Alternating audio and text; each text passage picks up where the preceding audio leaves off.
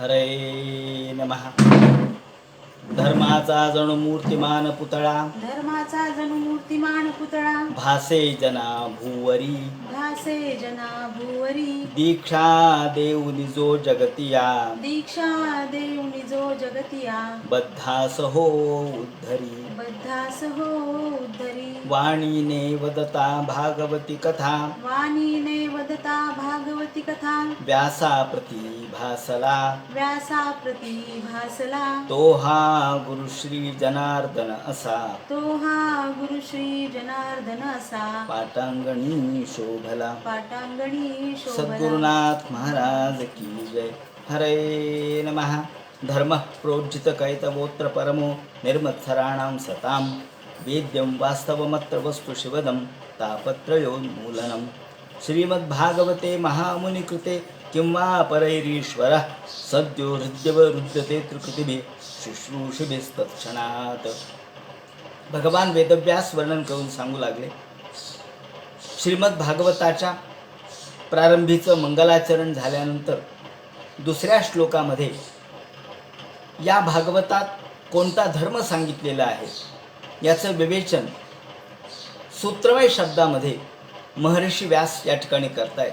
धर्म प्रोज्झित कैतवोत्र परमो निर्मत्सराणां सताम. या ठिकाणी जो धर्म सांगितलेला आहे तो धर्म परमधर्म आहे.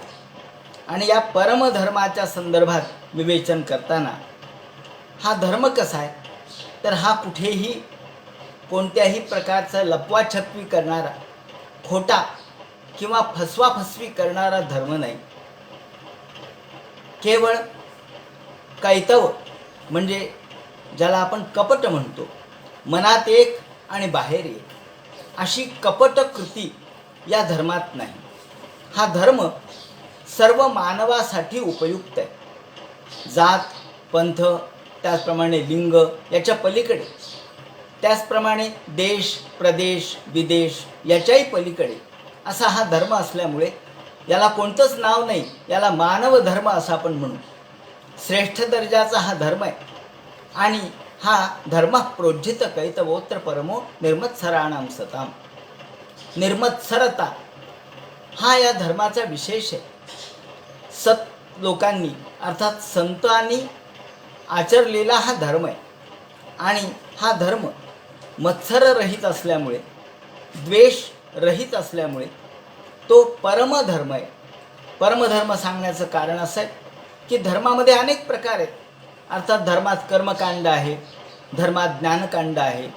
पण या ठिकाणी कर्मकांड काल आपण चिंतन केल्याप्रमाणे यज्ञयागादी कर्म हे केवळ आम्हाला स्वर्ग प्राप्त करून देण्यासाठी उपयुक्त आहे.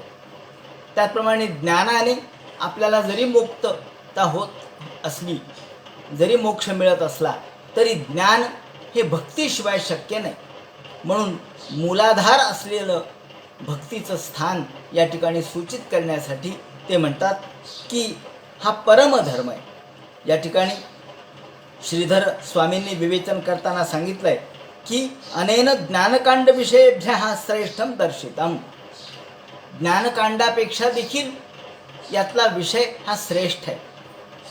कर्मकांड आणि ज्ञानकांड याच्या पलीकडे याचं श्रेष्ठत्व सांगण्याच्या हेतूने त्यांनी या ठिकाणी शब्द वापरला आहे परमधर्म. आणि हा धर्म प्रोज्झित कैतवोत्र परमो निर्मत्सराणां सताम. हाच खऱ्या अर्थाने वेद्य आहे. वेद्य म्हणजे जाणण्यास योग्य. विद म्हणजे जाणणे, विद म्हणजे जाणणे, वेद म्हणजे ज्ञान आणि वेद्य म्हणजे जे जाणण्यास योग्य आहे ते. जाणण्यास काय योग्य आहे? आता या ठिकाणी आपण म्हणू की वस्तू, कोणती वस्तू जाणण्यास योग्य नाही का? ते म्हणतात नाही.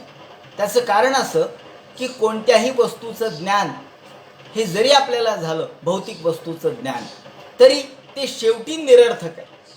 कारण वस्तूच शिल्लक राहणार नाही, मग ज्ञान कसं शिल्लक राहील? वस्तूच जर नष्ट होणारी असेल तर ज्ञानही त्याच्याबरोबर नष्ट होईल. म्हणून हे ज्ञान असं आहे की ते श्रेष्ठ दर्जाचं ज्ञान आहे. आणि त्यामुळे कोणत्याही भौतिक वस्तूपेक्षा श्रेष्ठ असणारं ज्ञान हे महत्त्वाचं असल्यामुळं ते म्हणतात की हे वेद्य, जाणण्यास योग्य असा फक्त भगवान आहे. ईश्वर हाच फक्त जाणण्यास योग्य आहे. बाकी अनेक गोष्टींचं ज्ञान हे ज्ञान नव्हे. आपण ज्ञान आणि माहिती याच्यात फरक करतो आजही. इन्फॉर्मेशन म्हणजे माहिती. माहिती म्हणजे काय ज्ञान आहे का? आपण टी व्हीमधून, मोबाईलमधून किंवा आपल्या वेगवेगळ्या प्रकारच्या ॲपमधून जे घेतो ती माहिती आहे. माहिती ते ज्ञान नाही आहे. ज्ञान हे मूलभूत असतं. ज्ञान हे परिवर्तनशील आपल्या अंतःकरणामध्ये उत्पन्न होणारं निर्मितीक्षम अशा प्रकारचं असतं, सृजनशील असतं आणि ज्ञानाने आपल्या अंतःकरणाला उजाळा प्राप्त होतो. माहितीचा साठा हा उपयुक्त नाही आहे. नुसता माहितीचा साठा आपण शेवटी डिलीट करून टाकतो. माहिती डिलीट करता येते, ती माहिती डिलीट करावीच लागते. ज्ञान मात्र डिलीट करता येत नाही. कारण ज्ञानाने आम्हाला मुक्ती प्राप्त होते. ज्ञान हे आमच्या भगवंताला प्राप्त करून घेण्यास उपयुक्त ठरतं. नव्हे, ज्ञान हेच ईश्वर आहे. तोच वेद्य आहे. भगवान हा ज्ञानस्वरूप आहे, तो वेद्य आहे. आणि म्हणून हे ज्ञान पवित्रैक निधान, जेथे विटाळले मन शुद्ध कीजे किंवा चोख कीजे असं माऊली म्हणतात. नाही ज्ञानेन सदृशम पवित्रमिह विद्यते असं गीता म्हणते. तेव्हा हे ज्ञान कोणतं आहे? हे ईश्वर विषयक ज्ञान. म्हणून ईश्वर हाच ज्ञान विषय आहे.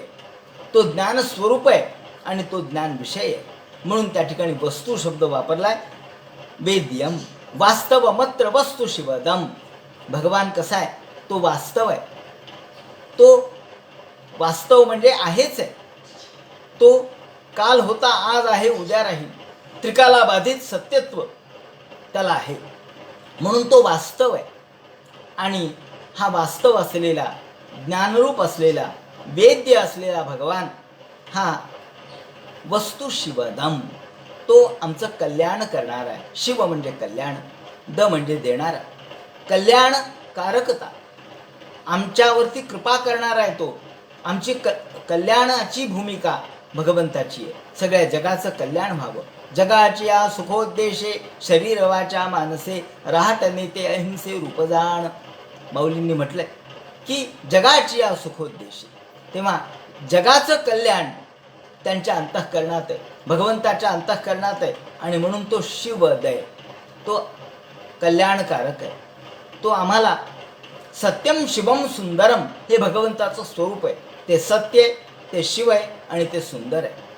ते आनंददायक आहे. ते शिव म्हणजे कल्याणकारक आहे आणि ते सत्य आहे. जे सत्य आहे तेच शिव आहे आणि जे शिव आहे तेच कल्याणकारक आहे. तापत्रयोन्मूलनम. आणि या तीन गोष्टी, तीन ताप, आध्यात्मिक, अधिदैविक आणि अधिभौतिक, यांना उन्मूलित करण्याचं सामर्थ्य त्यांच्याजवळ आहे. म्हणून कर्तृत्वपी श्रेष्ठ महामुनी श्री नारायणस्तेन प्रथमम संक्षपतः कृते. या ठिकाणी श्रीधर स्वामी म्हणतात की आता हे भागवत कुणी केलं? हे भागवत, या भागवतामध्ये जो धर्म सांगितला आहे तो धर्म कल्याणकारक आहे, सर्वांचं कल्याण करणार आहे आणि तो परमधर्म आहे. तो निर्मत्सर अशा प्रकारचा आहे आणि सत्य सनातन असणारा, संतांनी निवेदित केलेला असा हा धर्म श्री भगवंताच्या विषयीचं गुणवर्णन या ठिकाणी केलेलं आहे. मग हा भागवत ग्रंथ कुणी केला? त्याचं महत्त्व काय? आज योगायोगाने व्यास पौर्णिमा आहे आणि म्हणून हा ग्रंथ व्यास महर्षींनी केला. व्यासांचं महत्त्व या ठिकाणी सांगितलं पाहिजे. कारण श्रीमद भागवते महामुनी कृते शब्द या ठिकाणी वापरलाय. श्रीमद भागवते महामुनी कृते किंवा परैरीश्वरः, परैरीश्वर शब्द वापरलाय. हे भागवत महामुनींनी केलंय. महामुनी, महामुनी म्हणा किंवा दुसरे ईश्वरच म्हणा, परैरीश्वरः. आपण म्हणतो ना, हे प्रत्यक्ष ईश्वरच आहेत, ईश्वरच आहेत, ईश्वरच आहेत, ईश्वराचंच प्रतिरूप आहे. परैरीश्वरः म्हणजे ईश्वराचं प्रतिरूप आहे. आणि म्हणून वेदाचे 4 भाग करणारे व्यास महर्षी हे काही सामान्य नव्हे. सगळ्या जगाचं कल्याण चिंतणारे व्यास महर्षी हे सामान्य नव्हे, त्यांना प्रत्यक्ष ईश्वरच म्हणतात, महामुनी म्हणतात.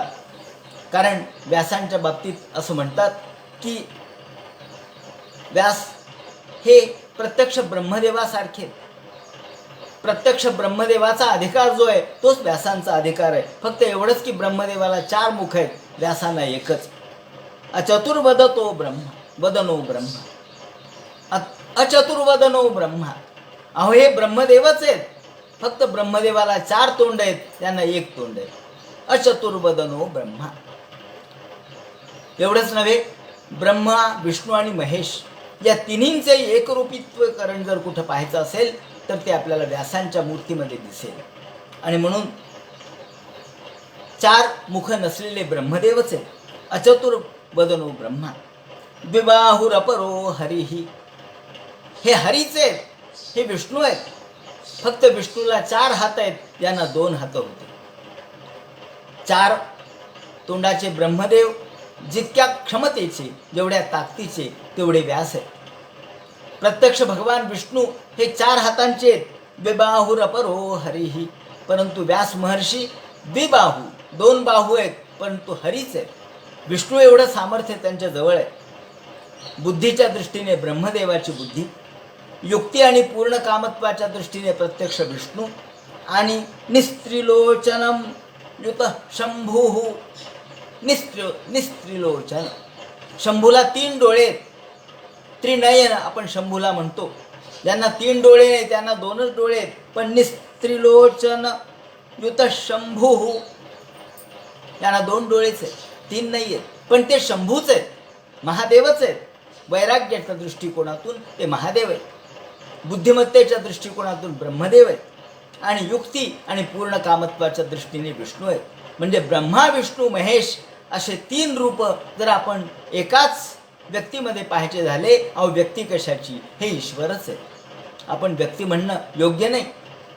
यांना ईश्वरत्व प्रदान करण्यात आलेलं आहे. ब्रह्मा विष्णू महेश यांच्या शक्तीची, आपल्याला सामर्थ्याची प्रचिती त्यांच्यामधून येते. म्हणून ते म्हणतात अचतुर्वदनो ब्रह्मा द्विबाहुरपरो हरिही निस्त्रिलोचन युत शंभू भगवान बादरायण. भगवान बादरायण. म्हणून बादरायण व्यास महर्षी काही सामान्य नव्हे, म्हणून त्यांना परैरीश्वर असा शब्द इथे वापरलेला आहे. परैरीश्वर हे ईश्वरच आहे. ज्याप्रमाणे भगवान वेदव्यास यांची आपण स्तुती करताना म्हणतो की नमोस्तुते व्यास विशाल बुद्धे फुल्लारविंदाय तपत्र नेत्र येन त्वया भारत तैलपूर्ण प्रज्वालितो ज्ञानमय प्रदीप. ज्यांनी ज्ञानमय दिवा प्रदीप्त केला, ज्ञानाचा दिवा ज्यांनी पेटवला, ज्ञानाचा दिवा ज्यांनी लावला, आणि हा ज्ञानाचा दिवा सर्वांच्या अंतःकरणामध्ये प्रदीप्त केला, प्रज्वलित केला, त्या भगवान वेदव्यासाला नमस्कार असो. महाभारत रूपाने त्यांनी जो ग्रंथ लिहिला तो केवळ पुराण नाही आहे. महाभारताला पंचमो वेद, त्याला 5वा वेद म्हणण्यात येतं. कारण महाभारतामध्ये वेदा एवढीच क्षमता आहे. तसंच श्रीमद भागवत हे ग्रंथ, हा ग्रंथसुद्धा व्यासांचा प्रत्यक्ष ब्रह्मसूत्रा एवढा, उपनिषदा एवढा आणि वेदा एवढा श्रेष्ठ दर्जाचा आहे. आणि म्हणून व्यासांना नमस्कार या ठिकाणी केलेला आहे. अर्थे लोपली पुराणे नाश केला शब्दज्ञाने. तुकाराम महाराजांनी म्हटलंय अर्थे लोपली पुराणे. ज्या वेळेला पुराणांच्या मधला अर्थ नष्ट झाला, ज्या वेळेला वेदांच्या मधला अर्थ नष्ट झाला, केवळ शाब्दिक ज्ञान तेवढं उरलं, त्यावेळेला संत तुकाराम महाराजांना प्रेरणा झाली की आपण ज्ञान सांगावं, उपनिषदातलं ज्ञान आपल्या अभंगात आणावं. आणि त्यांनी अभंग लिहिले. त्याप्रमाणे प्रत्येक काळाच्या वेळेला, प्रत्येक वेळेला असंच घडत असतं. ज्ञान नष्ट होतं, नष्ट होत नाही, त्याच्यावरती काजळी येते. ज्याप्रमाणे दिव्यावर काजळी येते, त्याप्रमाणे ज्ञानावर सुद्धा काजळी येते. आणि ज्ञानाच्या ऐवजी लोक अज्ञानाचाच प्रसार करायला लागतात. ज्ञान राहतं बाजूला आणि केवळ अज्ञानाचाच प्रसार होत राहतो. म्हणून मोठमोठ्या संतांना, महात्म्यांना या ठिकाणी अवतार घ्यावा लागतो, यावं लागतं, आणि त्यांना आपल्या शब्दातून हे ज्ञान सांगावं लागतं. व्यास महर्षींनी देखील हेच केलं.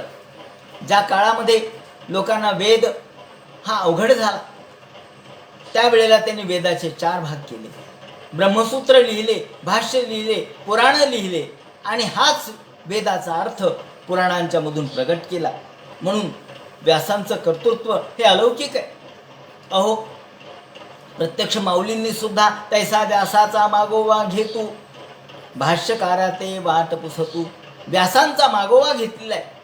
व्यास महर्षींचा मागोवा घेतलेला आहे, आचार्यांचा मागोवा घेतलाय, शंकराचार्य आदिकांचा, आणि आपलं ज्ञान या ठिकाणी ज्ञानेश्वरीच्या निमित्ताने प्रगट केलं. व्यासांचा मागोवा घेतू, ज्या व्यासांनी गीता रूपाने हे ज्ञान महाभारताच्या मधून मांडलं, ते व्यास काही सामान्य नव्हे. दे व्यासोक्ती कुसुम माळा, माऊलींनी म्हटले की माझा परमेश्वर हा भोळा आहे, तो सामान्य, तो इतका उदार आहे की तो सगळं काही माझं स्वीकारी. व्यासांच्या निमित्ताने, व्यासांच्या शब्दांच्या निमित्ताने कुसुममाला त्यांनी धारण केलेली आहे. गीतार्थ म्हणजे कुसुममाला आहे. गीता म्हणजे प्रत्यक्ष फुलांची माळा आहे. पण तरी माझी या दुर्वादळा नान म्हणे की, तेव्हा आपल्या दुर्वादळाला आपण समर्पित केलेल्या सद्भावनेला तो नाही म्हणणार नाही, असा हा भगवान ईश्वर आहे. आणि म्हणून व्यासांचं महत्त्व फार श्रेष्ठ आहे. व्यास महर्षी यांनी व्यासादिकांचे उन्मेख राहटती जेथे साशंक, तेथे मी एक रंक वाचाळी करी. जिथे ज्ञानेश्वर माऊली आपल्याला रंक म्हणतात आणि व्यासादिकांचे उन्मेख राहटती जेथे साशंक असं म्हणतात, तेव्हा या व्यासांचं महत्त्व किती असेल. व्यासांची पदे पाहता पाहता आणिली श्रवणपथा मराठीया. अनेक ठिकाणी ज्ञानेश्वरीमध्ये माऊलींनी व्यासांचा उल्लेख केलेला आहे. म्हणजे महर्षी व्यास यांचा उल्लेख केल्याशिवाय माऊलींना पुढं जाताच आलेलं नाही.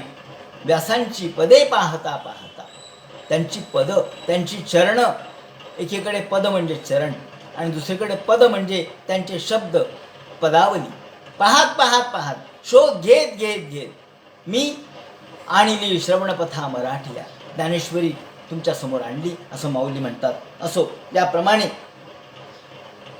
जे महर्षी व्यास एवढे अलौकिक दर्जाचे श्रेष्ठ आहेत आणि म्हणून व्यासांच्या बाबतीत आपण असं म्हणतो, व्यासोच्चिष्ठं जगत सर्वम, सगळं जग व्यासांनी उष्ट करून टाकलेलं आहे. अहो, जगात अशी एकही प्रतिमा नाही, एकही कल्पना नाही, एकही अलंकार नाही, एकही शब्द असा नाही की जो व्यासांनी वापरला नाही, एकही रस असा नाही जो व्यासांनी वापरला नाही, व्यासांनी प्रगट केला नाही. म्हणजे व्यासोच्चिष्ठं जगत सर्वम, सगळ्या प्रकारच्या ज्ञानांचं दर्शन व्यासांनी आपल्या महाभारतात आणि भागवतात घडवलंय. म्हणून महर्षी व्यास यांना बादरायण म्हटलं जातं. ते बद्रिकाश्रमात राहतात म्हणून बादरायण. कृष्णद्वैपायन, बद्रिकाश्रमातच त्यांचा जन्म झाला म्हणून त्यांना बादरायण व्यास असे म्हटलं जातं. त्याचप्रमाणे कृष्णद्वैपायन असे नाव आहे. द्वीपामध्ये जन्म झाला म्हणून द्वैपायन. आणि कृष्ण म्हणजे सावळ्या रंगाचे होते म्हणून कृष्ण. यमुना द्वीपामध्ये जन्म झाला म्हणून कृष्णद्वैपायन. वेदांचे विभाग केले म्हणून वेदव्यास. पराशराचे पुत्र म्हणून पाराशर. सत्यवतीचा पुत्र म्हणून सत्यवती सुत, मत्स्यगंधा किंवा सत्यवती. आणि अपांतरतम व्यास असं देखील त्यांचं नाव आपल्याला दिसतं. अशा प्रकारचे 28 प्रकारचे व्यास होऊन गेल्याचं वर्णन केलेलं आहे. आणि श्रीकृष्णाने सुद्धा गीतेमध्ये द्वैपायनो मी व्यासानाम मुनीनामप्यहम व्यासम, अशा प्रकारचं व्यास मुनींच्या मध्ये मी व्यास आहे, किंवा द्वैपायनो मी व्यासानाम, सगळ्या व्यासांच्या मध्ये मी द्वैपायन आहे. व्यास हे विशेष नाम आहे, व्यास हे सामान्य नाम आहे. व्यास म्हणजे विस्तार करतो तो व्यास. मग व्यास अनेक झाले, 28 प्रकारचे व्यास होऊन गेलेले. तर त्यापैकी हे आहेत कृष्णद्वैपायन व्यास, किंवा अपांतरतम व्यास, किंवा पाराशर व्यास, किंवा बादरायण व्यास. व्यास अनेक आहेत. व्यास म्हणजे शब्दाचा अर्थच असा वि अधिक अस, म्हणजे जे विस्तार करतात. आणि म्हणून व्यासपीठ असा शब्द आपण वापरतो. पुराण सांगणारे जे आहेत पुराणिक, ते व्यासपीठावर बसतात, म्हणजे त्या पीठावर बसून ते विस्तारच करतात. एखाद्या श्लोकाचा अन्वयार्थ विविध पद्धतीने सांगणं म्हणजे विस्तार करणं. जसे श्रोते असतील त्यानुसार विस्तार करावा लागतो. श्रोते अज्ञ असतील तर अधिक सांगावं लागतं. श्रोते सुज्ञ असतील तर काही नाही, त म्हटलं की तपिलं. बाकी व्यास शब्दाचा अर्थ विस्तार करणे सामान्य नाम आहे. आणि विशेष नाम जे आहे ते बादरायण व्यास, कृष्णद्वैपायन व्यास, अपांतरतम व्यास, पाराशर व्यास हे एकच आहे. अशा प्रकारे म्हणून द्वैपायनो मी व्यासा नाम, भगवंतांनी मी सगळ्या व्यासांच्या मध्ये मी द्वैपायन आहे असं म्हटलं. मग सगळ्या व्यासांच्या मध्ये म्हणण्याचं काय कारण आहे? अनेक विस्तार करते होऊन गेलेले आहेत. आणि आज नाही का व्यास हे आडनाव देखील पडलं, व्यास आडनाव पडलं. आणि हे आडनाव यासाठी पडलं की त्यांचे पूर्वज कोणीतरी विस्तार करणारे होते, वेद उपनिषद यांचा विस्तार करणारे सांगणारे होते. म्हणून या ठिकाणी नारदाची गादी जशी कीर्तनाची आहे तशी पुराणांची गादी व्यासाची आहे. म्हणून व्यास हे अलौकिक बुद्धिमत्ता असलेले धर्मजिज्ञासा, अथा तो धर्मं व्याख्यास्यामः, अथा तो धर्मजिज्ञासा, अथा तो ब्रह्मजिज्ञासा. ब्रह्मजिज्ञासा आणि धर्मजिज्ञासा. धर्म म्हणजे काय, ब्रह्म म्हणजे काय हे प्रवृत्ती लक्षण व्यासाने सांगितलं. आणि म्हणून व्यास हे सर्वांमध्ये श्रेष्ठ झाले. व्यासांचे 4 शिष्य होऊन गेले, त्याचे विवरण पुढे येणारच आहे. पैल, जैमिनी, वैशंपायन आणि सुमंतू या त्यांच्या शिष्यांचं प्रशिष्यांचं वर्णन पुढे येईलच. तेव्हा याने वेदवेदान श्रेष्ठो भगवान बादरायण. भगवान बादरायण या ठिकाणी भगवान हा शब्द बादरायणासाठी वापरला आहे. भगवान शब्द कोणासाठी वापरलेला नाही आहे महाभारतामध्ये किंवा भागवतामध्ये. भगवान हा शब्द ज्यांच्यामध्ये सामर्थ्य भगवंताचं आहे त्यांच्यासाठीच वापरला आहे. बाकी कोणासाठी भगवान शब्द नाही. भगवान फक्त व्यासांसाठी आहे, कारण ते भगवंताचंच रूप आहे, भगवंताचंच अंशस्वरूप रूप आहे. आणि म्हणून देवाचा हा कलावतार म्हणून व्यासांचं वर्णन केलं जातं. या कलावतार म्हणजे ज्यातून काहीतरी कार्य घडवायचं आहे त्याला कलावतार म्हणतात. कलावतार हा सूक्ष्मावतार असतो देवाचा, की ज्यांच्याद्वारे काही ना काहीतरी कार्य आपल्याला घडवायचे.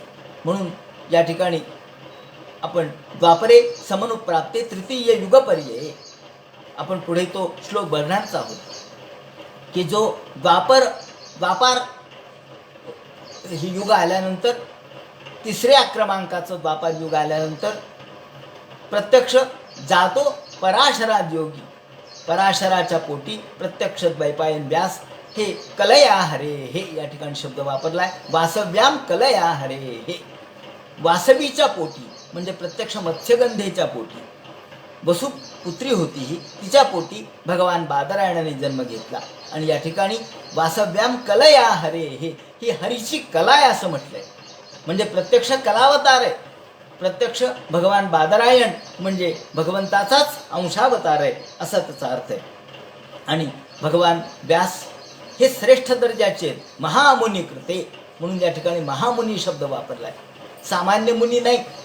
आपल्याकडे ज्या परंपरा आहेत त्यामध्ये आपण ऋषी शब्द वापरतो, मुनी शब्द वापरतो. त्याचप्रमाणे ऋषी, मुनी, महामुनी तसेच वेगवेगळे शब्द आपण वापरतो. या सगळ्या शब्दांचे अर्थ भिन्न आहेत. ऋषी वेगळा, त्याचप्रमाणे आचार्य वेगळा, मुनी वेगळा, महामुनी वेगळा, त्याचप्रमाणे तपस्वी वेगळा. हे सगळे भिन्न भिन्न अर्थ आहेत. जे मुनी आहेत, मननात मुनीही, ज्यांनी मनन केलं ते मुनी झाले. ज्यांनी मनन केलं, चिंतन केलं, ज्यांनी भगवंताला प्रसन्न करून घेतलं आपल्या तपस सामर्थ्याच्या द्वारे, त्यांना मुनी असं म्हणतात. आणि म्हणून मननात मुनी याप्रमाणे हे महामुनी आहेत. आणि या महामुनी असणाऱ्या भगवान वेदव्यासांना परैरीश्वर असंही म्हटलं. हे प्रत्यक्ष ईश्वराचाच अवतार आहेत. आणि सद्यो हृदयवरुद्ध ते त्रिकृतिभि शुश्रूषिभिस्तत्क्षणा. ज्या महर्षी व्यासांनी सामान्य माणसाला कळावं, सामान्य माणसाला धर्म कळावा म्हणून अत्यंत अंतःकरणपूर्वक कळवळ्यातून, अंतःकरणातून करुण अशा प्रकारच्या भावनेतून हे ज्ञान सांगितलं, जो धर्म सांगितला. कशामुळे सांगितला ते म्हणतात समाजामध्ये लोक अल्पायुषी झाले, समाजामधले लोक अल्पशिक्षित आहेत, अल्पायुषी आहेत, अल्पसामर्थ्यवान आहेत. अशा समाजाला जर उद्धारायचं असेल, त्यांना जर समाजातून या त्यांच्या दुःखातून वरती उचलायचं असेल तर त्यांना ज्ञान सांगितलं पाहिजे, त्यांना धर्माचरण सांगितलं पाहिजे, त्यांना धर्म सांगितला पाहिजे. आणि असा धर्म सांगितला पाहिजे की जो त्यांना आचरायला सोपा जाईल. कारण प्रायेण अल्पायुष्य सम्य कला वस्मिन् युगे जना मंदा सुमंद मतयो मंद भाग्या ह्युपद्रुता. अशा पद्धतीने कलयुगातल्या लोकांच्यासाठी त्यांनी धर्म सांगितला. आणि भूरीनी भूरी कर्माणी, अनेक कर्म आहेत, अनेक प्रकारचे अनुष्ठान आहेत, पण अवघड आहेत. हे सगळे अवघड अनुष्ठानं सामान्यांना करणं शक्य नाही. त्यामुळं ज्याप्रमाणे संसारिणाम पुराणयाः पुराण गुह्यम करुणयाः पुराण गुह्यम, संसारिणाम या संसारी लोकांसाठी, पारमार्थिक लोकांसाठी तर धर्म आहेच आहे. जे मुक्त आहेत त्यांच्यासाठी धर्म सांगायची गरज नाही, जे ज्ञानी आहेत त्यांना धर्म सांगायची गरज नाही, ते ज्ञानवंत मुक्त होणारच आहेत. पण जे संसारी आहेत, जे बद्ध आहेत, अहो जो पोहणार आहे त्याला काय मदत करायची गरज आहे? अहो तो पोहणार आहे, पट्टीचा पोहणार आहे, तो बरोबर पोहतो. पण जो चिखलात रुतलाय त्याला काढावं लागेल. जो एवढ्या मोठ्या प्रचंड पावसामध्ये जो अडकलाय, उपाशी राहिलाय, आपण काल पाहिलं ना, कौलावर लोक गेलेले आहेत आणि उपाशी राहिलो म्हणून सांगायलेत. बाजूला सगळं पाणीच पाणी, 10-10 फूट 12-12 फूट पाणी उंच आहे, त्यातून जाता येत नाही, येता येत नाही. जे म्हातारे आहेत, कोतारे आहेत, अज्ञ आहेत, वृद्ध आहेत, बाल आहेत, स्त्रिया आहेत, जड आहेत, अशा लोकांना वरती काढणं आवश्यक आहे. जे चिखलात रुतलेत त्यांना वरती काढणं आवश्यक आहे. जो पोहणार आहे त्याला मदत करायची काय गरज आहे? तो पुढे जाणारच आहे, तो पहिलं तिरी जाणारच आहे. तुम्ही मदत करायची गरज नाही, त्याला भोपळा टाकायची गरज नाही, तो म्हणतो मला गरज नाही त्याची. तसा ज्ञानवंताला ज्ञान सांगायची गरज नाही, ज्ञानवंताला धर्म सांगायची गरज नाही. धर्म कोणाला सांगायचा? ते म्हणतात की जे संसारिणाम करुणयाः पुराण गुह्यम, संसारी लोक आहेत, संसारात बद्ध झालेले आहेत, चिखलात अडकलेले आहेत. कोणत्या चिखलात? संसार रूपी चिखलात. पंक म्हणजे चिखल. संसार रूपी चिखलामध्ये जे अडकलेत त्यांना वरती काढणं, नाही तर मग ते अजून खोल जातात. चिखलामध्ये अडकलेल्याचा पाय अजून खोलात जात असतो, कारण खाली खूप खोल असतं. या खोल असणाऱ्या चिखलामध्ये जर आपण अडकलो तर अजून आपला पाय खोल जातो. त्यामुळं त्यांना वरती काढण्यासाठी परिश्रम केले पाहिजेत. म्हणून व्यासांनी त्या संसारी लोकांसाठी हा धर्म सांगितला, या भागवतामध्ये धर्म सांगितला. म्हणून भागवत कोणासाठी आहे? तर संसारिणाम, संसारी लोकांसाठी प्रामुख्याने.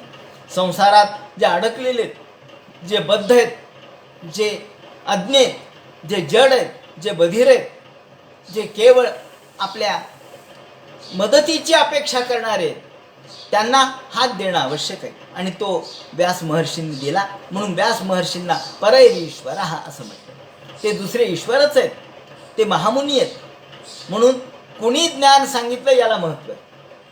आता सांगणारे खूप असतात, आपल्याला सुद्धा खूप लोक सांगतात, आपणही पेपरमध्ये वाचतो. पण जेव्हा डॉक्टर आपल्याला सांगतात, आपण डॉक्टरकडे गेलो, अहो म्हणले असं व्हायलंय मला, तसंच व्हायलंय.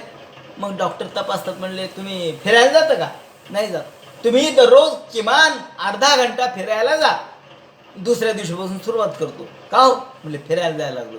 तुम्हाला मागेच म्हणलं होतं मी, तुम्ही म्हणला होता तो, पण मला काही वाटलं नाही महत्त्व. डॉक्टरनी सांगितलं जर फिरायला गेला नाही तर तुम्हाला तुमचा मेंदू चालणार नाही, पेशी ह्या वृद्ध व्हायला लागतात.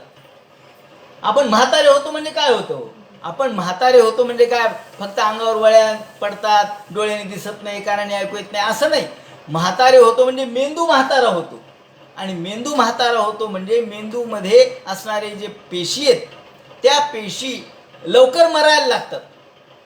आपल्याला ते दिसत नाही, डॉक्टरला दिसतात. आणि म्हणून डॉक्टर म्हणतात तुमच्या मेंदूमध्ये जर तजेलदारपणा ठेवायचा असेल तर तुम्हाला बसं राहून चालणार नाही. स्वस्थ बसे तोची फसे. म्हणून जो स्वस्थ बसतो तो निरुपयोगी ठरतो. जो कार्य करतो, म्हणून कार्यशीलता महत्त्वाची आहे. जो कार्य करतो तो पुढे जातो.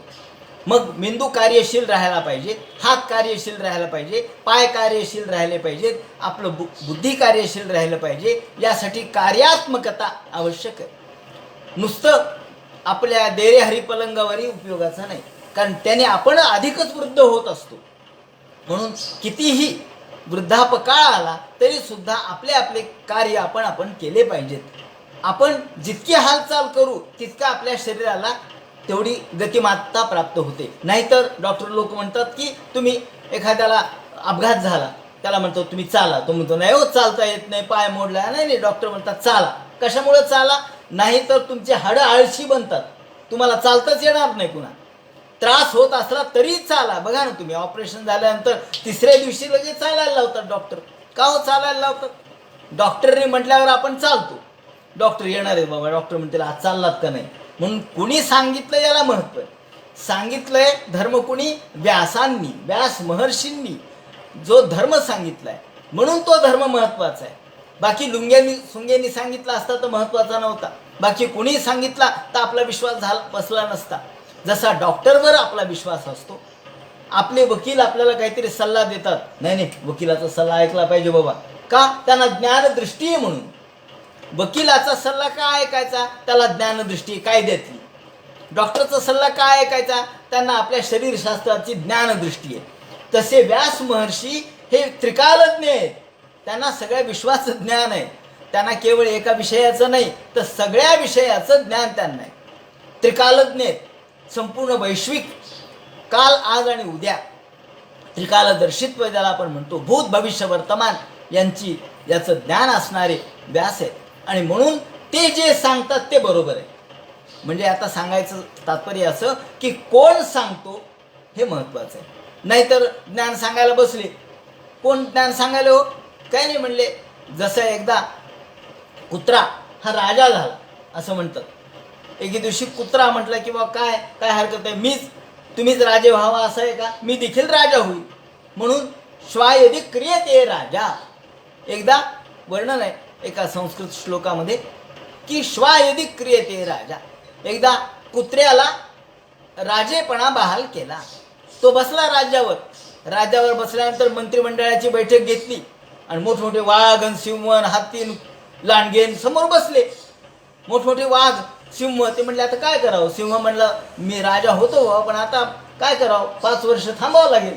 जोपर्यंत राज्य बदलत नाही तोपर्यंत थांबावं लागेल. तेव्हा सिंहन वाघ खाली बसले. हा उच्चासनावर बसला राजशाही थाटामध्ये. श्वायदी क्रियते राजा. त्याने पुढे असं वर्णन केलंय सुभाषितकारांनी, किमनश्नाती उपानः, किमनश्नाती उपानः. राज्यावर बसला, मंत्रिमंडळाची बैठक चालली, सगळे शांततेने कान देऊन ऐकू लागले. आणि एवढ्यात त्या वनाच्या पलीकडून एक गृहस्थ सुंदर अशा प्रकारचा, पायात जुन्या काळातला जोडा होता. जुन्या काळामध्ये तेल लावलेला, मस्तपैकी तेल लावलेला जोडा घालून तो जाऊ लागला. कर कर कर कर जोडा वाजत होता आणि तो पलीकडून चालला होता. कुत्र्याला आधी वास येत असतो. कुत्र्याला आधी वास आला तेलाचा. अरे म्हणले तेलाचा वास येऊ लागलाय, कातड्याचा वास येऊ लागलाय. जे कुत्र तिथून टांगकीन त्यांनी उडी मारली. सगळे म्हणल्यावर राजेसाहेब कुठं चालले? ते म्हणले थांबा बसा आत्ता येतो. आणि जो त्या कुत्र त्या माणसाच्या मागे धावू लागलं. धावता धावता धावता त्याचं धोतर त्यांनी पकडलं. त्याचं धोतर त्यांनी पटकन तसंच सावरलं आणि पळाला. त्याच्या लक्षात आलं की कुत्रा कशाला मागे लागलाय. अहो हे उपानः, पायामधले वाहन आहेत ते द्या सोडून म्हणले. पायातले वाहन दिले सोडून. ते जुन्या काळातला जो जोडा आहे तो दिला टाकून. तो माणूस गेला पळून. तो निघून गेला आणि हा मात्र ते वाहन चाखत बसला. सगळे म्हणले राजेसाहेब कुठे गेले? आत्ता येतो म्हणले. मीटिंग सोडून कुठे पळाले? तर राजेसाहेब तिकडं किमनश्नाती उपानः. उपानः म्हणजे जोडा चाखीत बसले, जोडा चावीत बसले. का? जो कुत्रा जरी राजा केला तरी तो त्याचा स्वभाव काही सोडत नसतो. त्याप्रमाणे उच्चासनावर बसलो म्हणून काय झालं? म्हणून कुणी कुठं बसलं याला महत्त्व नाहीये, त्याला ज्ञान किती हे महत्त्वाचं आहे. म्हणून ते म्हणतात व्यासांच्या सारखे त्रिकालदर्शी आहेत की जे ज्ञान महर्षी आहेत. की ज्यांनी हे ज्ञान सांगितलंय आणि म्हणून व्यासांनी सांगितलेलं ज्ञान श्रेष्ठ. बाकी कोणी कितीही जरी सांगितलं तरी त्याचा उपयोग नसतो, कारण त्यांना ती दृष्टी नसते. व्यासांना त्रिकालदर्शित्व आहे म्हणून व्यासांनी सांगितलेलं ज्ञान श्रेष्ठ. आणि म्हणून भागवतामध्ये आलेलं ज्ञान हे भागवतामध्ये आलेला धर्म हा सर्वश्रेष्ठ. कशामुळे तर तो धर्म व्यासांनी सांगितला आहे. व्यास महर्षी त्याचे वक्तेत आणि सद्यो हृदय वरुद्ध ते कृतिभे शुश्रूषभिस्तक्षणात. आणि म्हणून या भागवताचं वैशिष्ट्य असं आहे की हे ज्ञान जो ऐकतो, हा धर्म जो आचरणात आणतो, हा भागवत ग्रंथ जो ऐकतो, ते म्हणतात सद्यो हृदय वरुद्ध ते कृतिभिही.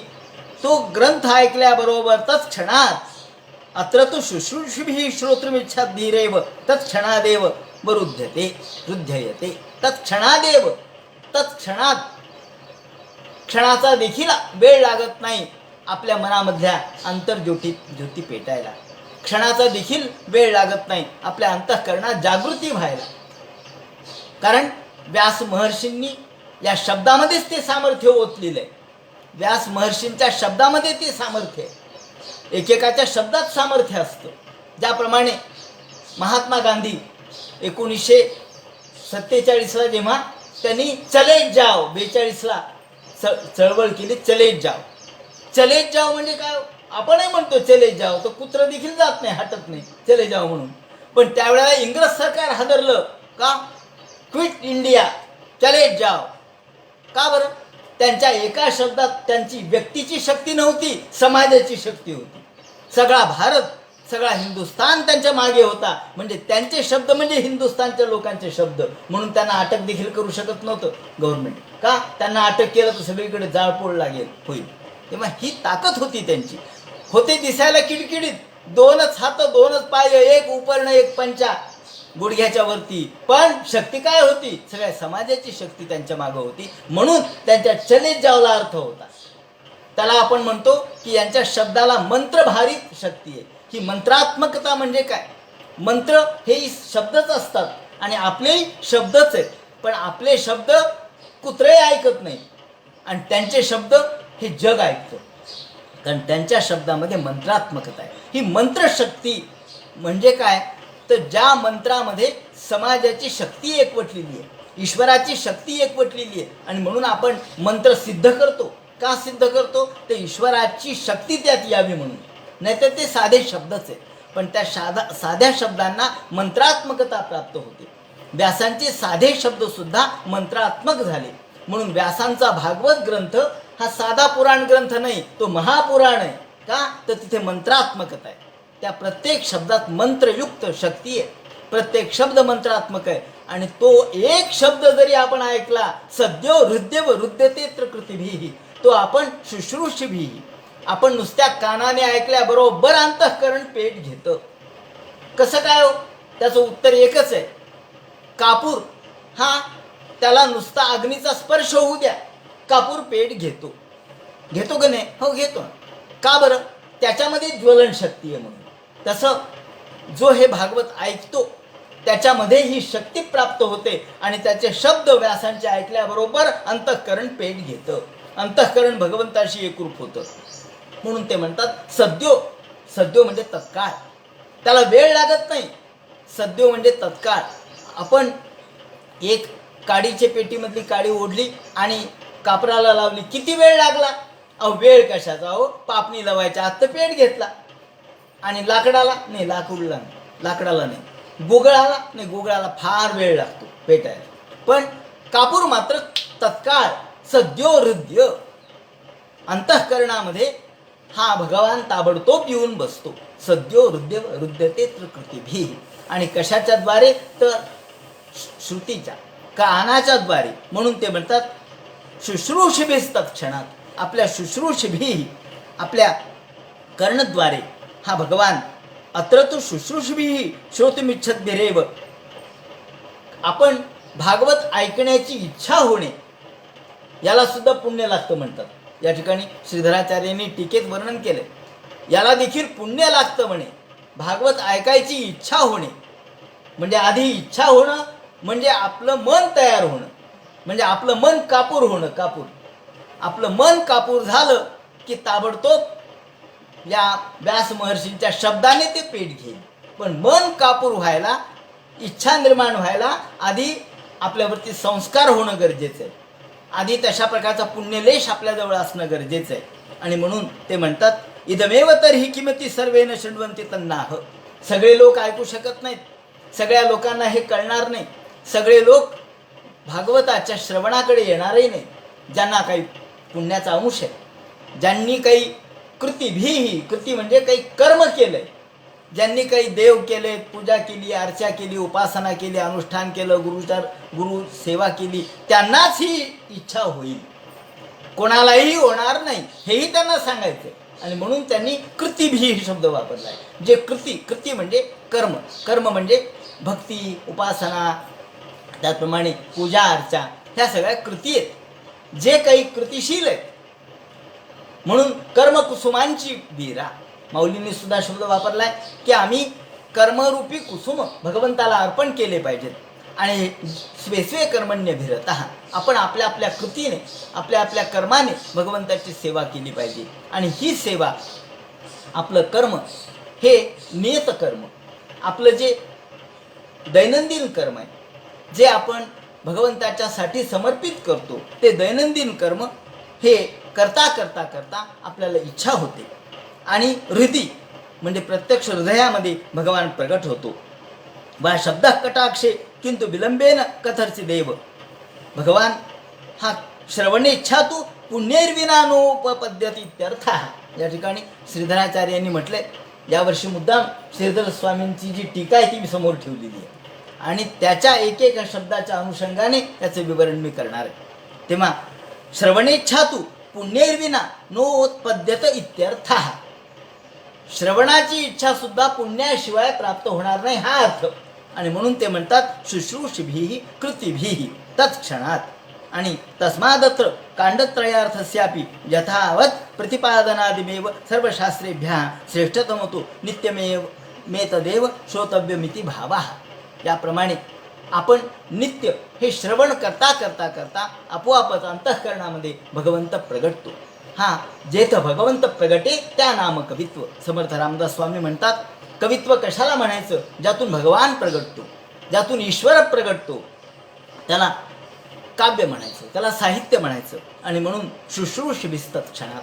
भगवंत आपल्या अंतःकरणामध्ये कानाच्या द्वारे प्रगटतो, कानाच्या द्वारे तो मनात जाईल आणि मनात स्थिर होईल, मनात त्याचा अनुष्ठान तो ठेवेल. भगवंताचा अनुष्ठान मनात राहण्यासाठी निदान चातुर्मास्यात मध्ये तरी भगवंत आपल्या अंतःकरणात राहावा म्हणून भागवत सेवया नित्यम भागवत सेवया, नित्य भागवताची सेवा आपण केली पाहिजे, नित्य भागवत श्रवण आपण केलं पाहिजे. या ठिकाणी ते म्हणतात की धर्म प्रोज्झित कैतवोत्र परमो. असा हा धर्म या भागवतात सांगितलाय. जो धर्म प्रत्यक्ष महर्षी व्यासांनी सांगितलाय त्याचा अधिकार या ठिकाणी आपण सांगितला की व्यास महर्षी म्हणजे प्रत्यक्ष ब्रह्मदेव, विष्णू आणि महादेव यांचं एकात्म रूप आहे. आणि अशा या व्यास महर्षींच्या शब्दाला महत्त्व आहे, सामर्थ्य आहे. कारण त्यांचे शब्द म्हणजे अधिकाराचं वचन आहे. कोणी सांगितलं याला महत्त्व आहे. गुरुनी सांगितलं की आपण ताबडतोब ऐकतो, कारण गुरुचं वाक्य हे प्रमाण आहे. गुरु सांगतो ते आपण प्रमाण का मानतो? तर गुरुला दृष्टी असते, गुरुच्या शब्दात वजन असतं, त्या वजनाच्या मागे त्यांचा अधिकार असतो आणि त्यांची तपश्चर्या असते, म्हणून आपण ते मान्य करतो. म्हणून या ठिकाणी व्यास महर्षींची तपश्चर्या, त्यांचा अधिकार हा लक्षात घेतला तर ते महामुनी आहेत, प्रत्यक्ष ईश्वरच आहेत, पर ईश्वर आहेत, दुसरे ईश्वरच आहेत, असे हे महामुनी. यांच्या शब्दाने आपल्या अंतःकरणामध्ये ताबडतोब अंतःकरण प्रज्वलित होतं, अंतःकरण पेट घेतं.